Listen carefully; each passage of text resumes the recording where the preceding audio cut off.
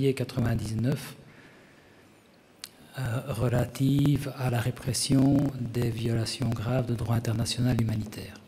Cette loi-là ne prévoyait pas de critères de rattachement, ne prévoyait pas de critères ni compétences personnelles passives, ni compétences personnelles actives, ou ni nécessité que les faits aient été commis en Belgique ou quoi que ce soit. Donc, c'est cela qu'on appelait donc la fameuse loi de compétence universelle. C'était effectivement une compétence, c'est ce que je disais tout à l'heure, extraterritoriale étendue. Donc, il n'y avait pas de critères limitatifs par rapport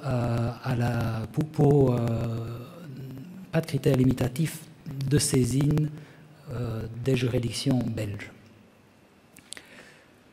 Donc, la plainte déposée le 30 novembre 2000, je dirais, et les plaintes qui ont succédé, donc les 22 ou les 23 autres plaintes avec constitution de partie civile qui ont succédé après, il n'était pas question de devoir analyser le critère de compétence personnelle passive, par exemple. Il se fait qu'entre 1999, date de la loi dont je viens de vous parler, et 2003, la Belgique, ou en tout cas cette législation belge, a connu des modifications législatives. En réalité, je ne vais pas rentrer véritablement dans le détail, mais le fait qu'il n'y ait pas aucun critère de rattachement permettait effectivement à n'importe qui, en tout cas n'importe quel plaignant, de venir déposer plainte devant les juridictions belges pour n'importe quel fait relatif à des violations graves de droit international humanitaire. Et il y a différents cas qui ont mis la Belgique dans des situations difficiles et qui n'ont pas permis donc et qui a fait qu'une modification législative a été estimée nécessaire par le pouvoir législatif belge. Dernière modification législative, elle intervient en août 2003. À partir de ce moment-là, il y a effectivement des critères de personnalité, soit personnelle passive, soit personnelle active, soit lieu, bien entendu, de la commission des faits en Belgique, qui ont été établis dans cette nouvelle législation. Et la compétence en matière d'ouverture de l'action publique devenait la compétence exclusive du procureur fédéral. Seul le procureur fédéral pouvait dorénavant saisir un juge d'instruction et plus les parties civiles.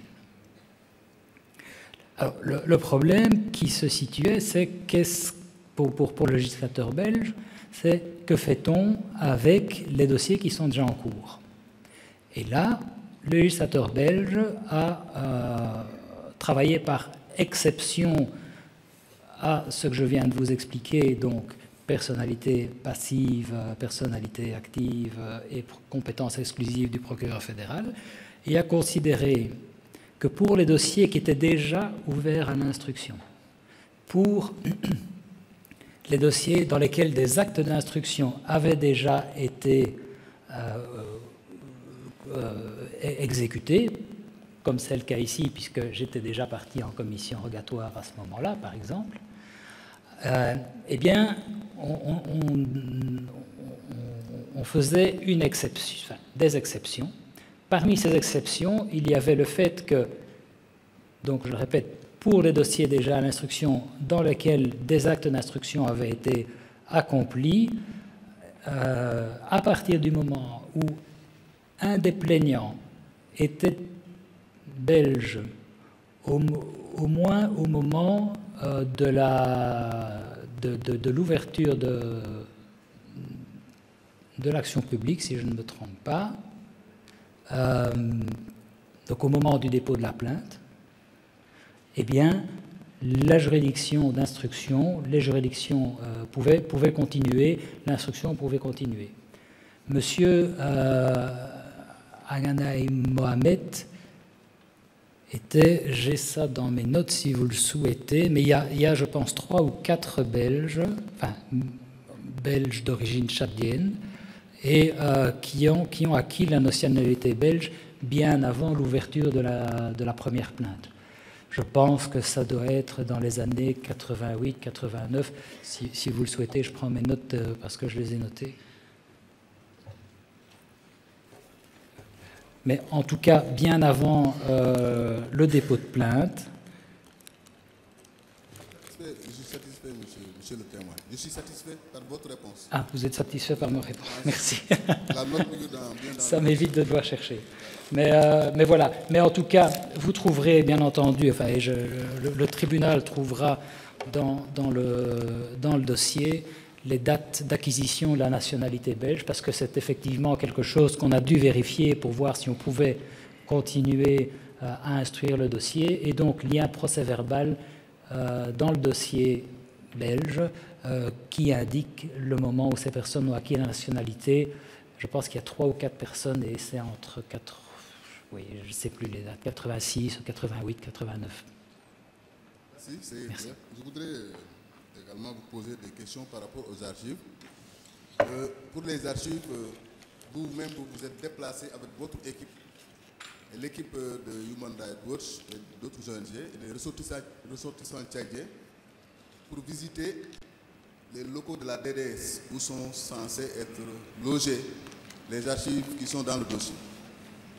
J'apprécie bien ce travail, mais ce que j'apprécie le plus dans ce travail, c'est l'œuvre d'authentification que vous aviez adressée aux autorités judiciaires tchadiennes. Et je voudrais avoir une confirmation ici.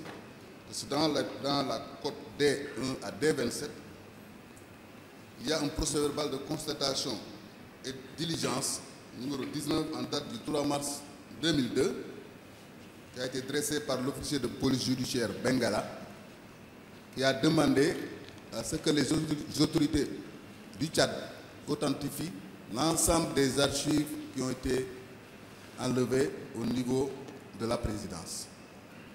Et par lettre-réponse en date du 13 décembre 2004, qui figure dans le dossier, les autorités judiciaires tchadiennes, en la personne du Conseil à la sécurité, a bel et bien répondu que les documents mis à la disposition des ONG dans le cadre de l'exécution de la commission rogatoire internationale que vous avez vous-même initiée, ces documents sont authentiques. Est-ce que vous pouvez confirmer à la Chambre que cette lettre a été reçue suite à votre requête et que cette lettre est suffisante pour l'authentification de l'ensemble des archives qui ont été obtenues?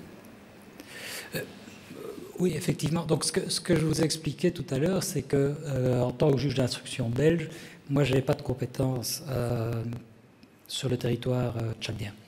Donc, je me souviens très bien, on s'était rendu à la DDS, je me demande même si ce n'était pas un dimanche, avec des policiers tchadiens pour faire les constatations.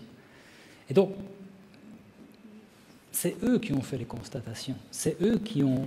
alors, nous, on était là, on les a effectivement aidés, on a vérifié, bien entendu, les documents. Et je me souviens, je pense que c'était un policier qui avait un procès-verbal, un policier belge, qui est venu me le donner en disant, voilà, ça c'est quelque chose qui est intéressant à saisir. Je lui ai dit, c'est très bien, mais moi, je n'ai pas la compétence pour le faire. Donnez-le à l'officier en charge, au policier sénégalais, au policier tchadien, qui va en dresser procès-verbal. Et c'est comme ça que ça se produit. Donc effectivement, ce sont les actes posés par les officiers de police judiciaire tchadiens qui sont assermentés, qui sont agréés pour le faire, qui engagent aussi leurs responsabilités, donc c'est par des professionnels aussi de la matière, qui authentifient les saisies.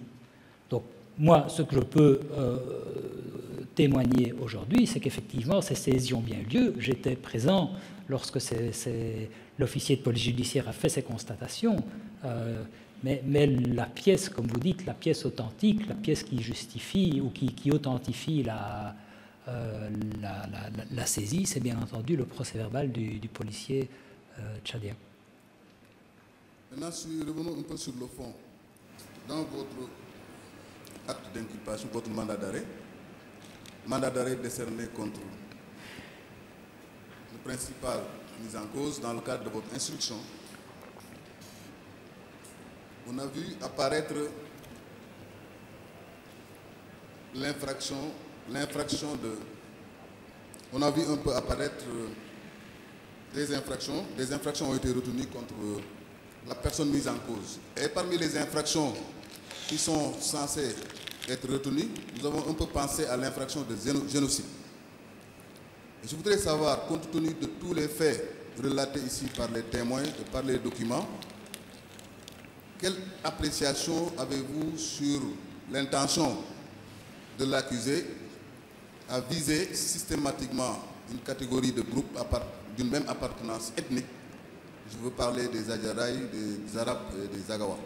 Est-ce que selon vous, l'accusé avait une intention manifeste d'exercer une répression systématique sur un groupe d'une seule appartenance, ou bien les faits caractéristiques de génocide n'étaient pas clairs dans le cadre de votre instruction?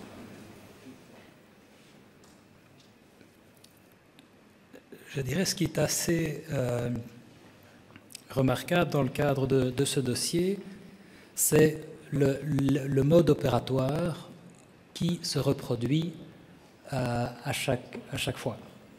Je m'explique. Vous avez, donc M. Habré est arrivé au pouvoir en 82 et le quittera en 90. Et vous avez, en tout cas, à mon sens, les éléments du dossier tentent à le démontrer, des vagues successives de faits où on s'en prend à une certaine partie de la population. Et chaque fois, dirait-on, avec le même mode opératoire.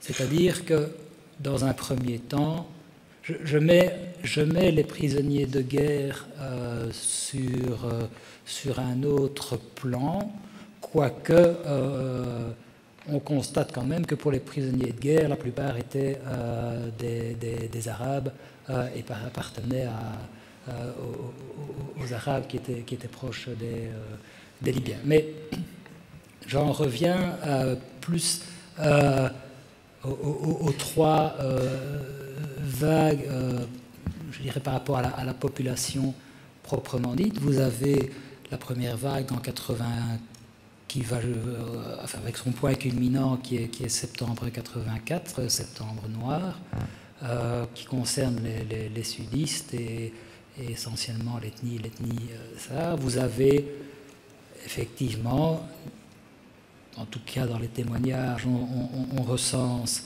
des arrestations extrajudiciaires.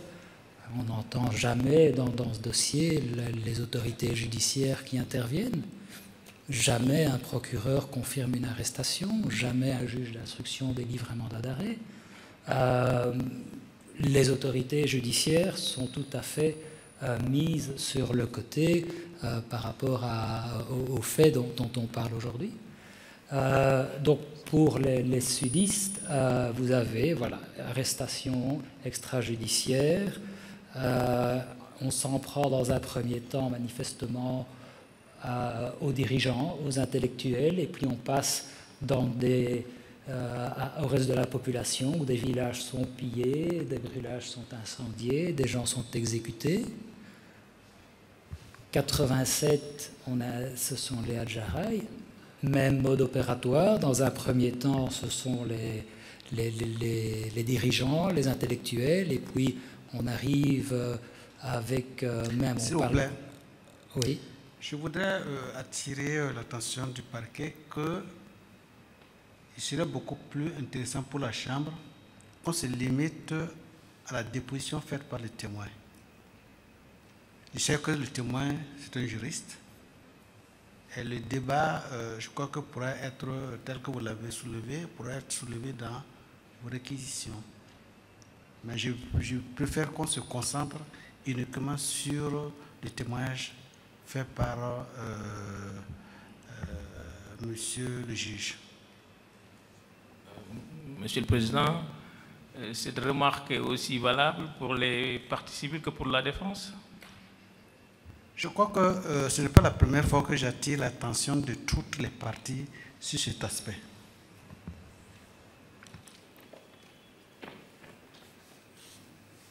Merci, Monsieur le Président. Et je pense que ma question... Oui. Monsieur le Président, Messieurs de la Cour, très respectueusement, je voudrais attirer l'attention, votre attention, sur le fait que M. Daniel Franssen comparaît aujourd'hui en qualité de témoin de contexte. Monsieur le procureur et le second adjoint qui a pris la parole, son premier adjoint, n'ont cessé, lorsqu'il l'a interpellé, de lui dire « Monsieur le juge ». Nous estimons qu'il y a une rupture du principe de l'équité.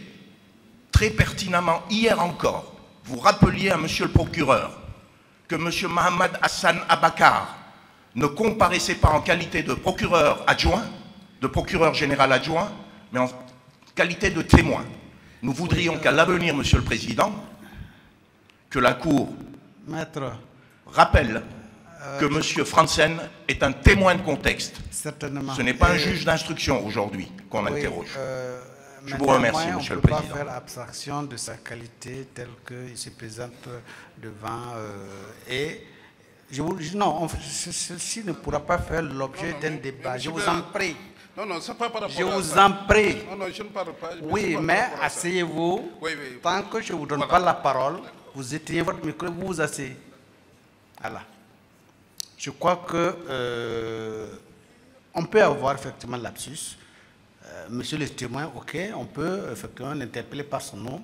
Et également, cela peut arriver qu'on glisse, et moi je l'ai dit tout à l'heure, monsieur le juge. Donc ce n'est pas intentionnellement pour révéler sa qualité de juge. Non, il comparaît en qualité de témoin. Et je crois qu'au début de l'audience, on l'a rappelé. Et je crois qu'il ne faut pas qu'on s'offusque pour cela, pour si peu. Bien, on peut continuer le débat. Vraiment. Avec votre permission. Si c'est sur le sujet est clos. Non, c'est par rapport à votre observation, parce qu'on a des questions qui vont dans le sens du dossier, parce qu'il est auteur d'un dossier qui est versé au débat. Soit c'est dans le dossier, il n'y a pas de problème, mais n'allez pas interpeller par rapport à des qualifications juridiques, parce que les qualifications juridiques n'interviendront, et comme je l'ai dit la dernière fois, suite à la requête, qu'à l'issue du procès. Excusez-moi. Merci, Monsieur le Président. Je reviens sur la répression des groupes ethniques. Donc, me fondant sur des pièces du dossier que vous avez vous-même dressées dans le cadre de l'instruction belge, je voudrais demander à M. Franssen quel est, en tant que juge d'instruction, instruisant sur des faits dans lesquels on a remarqué avec évidence une tendance de la répression vers des groupes ethniques. Quelle est votre appréciation sur le degré de génocide par rapport à la répression des groupes ethniques, plus précisément le groupe ethnique Adjaraï, le groupe ethnique Sagawa et les groupes ethniques arabes? Merci. Donc, effectivement, je n'entends pas parler, bien entendu, de qualification. Je pense que M. le Président a tout à fait raison, et c'est ce que j'ai dit tout à l'heure en termes d'indices et de preuves. Ça n'est pas, bien entendu, à un témoin à parler en termes de preuves. Ce que je peux dire par rapport à l'instruction que j'ai menée, et donc je témoigne par rapport à l'instruction que j'ai faite, c'est que j'ai constaté qu'il y avait des modes opératoires qui me semblaient être identiques quand on parle d'ethnie envers lequel la DDS plus particulièrement semble s'être attaquée. Je disais, j'avais parlé des sudistes et d'ethnie Sahar. Pour ce qui concerne les Hadjaraï, eh bien, je dis le mode opératoire est le même, avec le fait que l'on parle même de la création d'une commission Hadjaraï qui était destinée à régler le problème des Hadjaraï. Je pense que c'est un élément de fait qui pourrait laisser penser qu'il y avait une volonté de s'attaquer à cette ethnie. Je pense à la commission Zagawa qui aurait été créée. Bien entendu, je me base sur des témoignages pour la commission Zagawa. Je pense que c'est M. Mohamed Jibrin et M. Abbas Abougren qui en parlent. Commission des Hadjaraï, c'est également M. Abbas Abougren qui en parle. Voilà. Et donc également commission Zagawa qui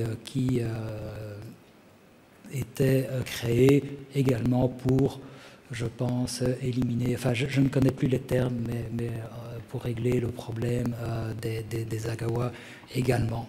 Beaucoup de déclarations de témoins mentionnent également cette volonté d'éliminer certaines personnes uniquement en raison de leur appartenance ethnique. Voilà, ça ce sont les faits, sans qualification, mais les faits que j'ai pu relever dans les différents témoignages recueillis dans le cadre de ce dossier d'instruction. Merci, M. Franzen. Sur le plan de la coopération judiciaire internationale, vous aviez eu à adresser au Tchad des demandes d'entraide judiciaire internationale.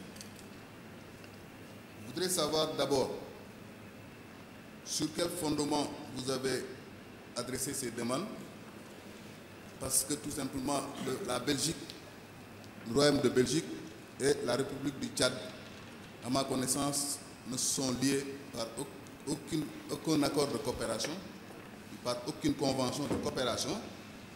Est-ce que vous vous êtes fondé sur la réciprocité ou la courtoisie internationale? Ça, c'est la première question sur la coopération. La deuxième, c'est de savoir pourquoi est-ce que vous avez eu à adresser des demandes de coopération à d'autres États? Sinon, estimez-vous que la répression connue entre 82 et 90 se limitait simplement à l'intérieur des frontières tchadiennes? Merci pour la question. Donc effectivement, il n'y a pas de convention, ou à ma connaissance, et certainement à l'époque, il n'y avait pas de convention d'entraide entre le Tchad et la Belgique. Et donc, comme vous le dites, la demande a été adressée sur une base volontaire par la voie diplomatique, c'est-à-dire que donc les autorités judiciaires belges adressent une demande via le ministère de la Justice belge qui transmet au ministère des Affaires étrangères belge qui transmet à son homologue le ministère des Affaires étrangères tchadien qui transmet lui-même au ministère de la Justice tchadien. Et donc, effectivement, c'est de la coopération judiciaire internationale fondée simplement sur les relations diplomatiques, sur la courtoisie, si vous le souhaitez. Il n'y a pas de convention particulière d'entraide judiciaire. Alors, vous me posez la question de savoir si j'ai effectué d'autres commissions rogatoires internationales. Oui, une au Sénégal, parce que, sachant que, comme je l'ai dit tout à l'heure, il y avait un dossier qui avait été ouvert au Sénégal, j'ai demandé une copie de ce dossier que j'ai reçu, qui figure au dossier de la procédure. Donc c'est comme ça que j'ai vu effectivement qu'un juge d'instruction sénégalais avait déjà inculpé M. Habré, et puis j'ai vu la décision de la Cour de cassation, enfin, toute la procédure qui a amené à la décision de la Cour de cassation du Sénégal relative à la compétence des juridictions sénégalaises. Alors, je n'ai pas envoyé, je pense, d'autres commissions rogatoires internationales. Alors, est-ce à dire que tous les faits ont été commis au Tchad? J'ai vu dans le dossier, en tout cas, qu'on parle de faits commis par la DDS via je pense que c'est la mission, ce qu'ils appelaient la mission terroriste, à l'extérieur du Tchad. Mais ça rentrait dans les faits commis par... on parle notamment de quelqu'un, d'un ancien membre de la DDS, M. Chaïbo, qui avait été détenu, arrêté ou extradé du Togo vers le Tchad. Mais je dirais, je n'ai pas adressé de demande d'entraide judiciaire, par exemple, au Togo, puisqu'on rentrait dans les activités de la DDS et que ces éléments étaient déjà inclus dans le dossier.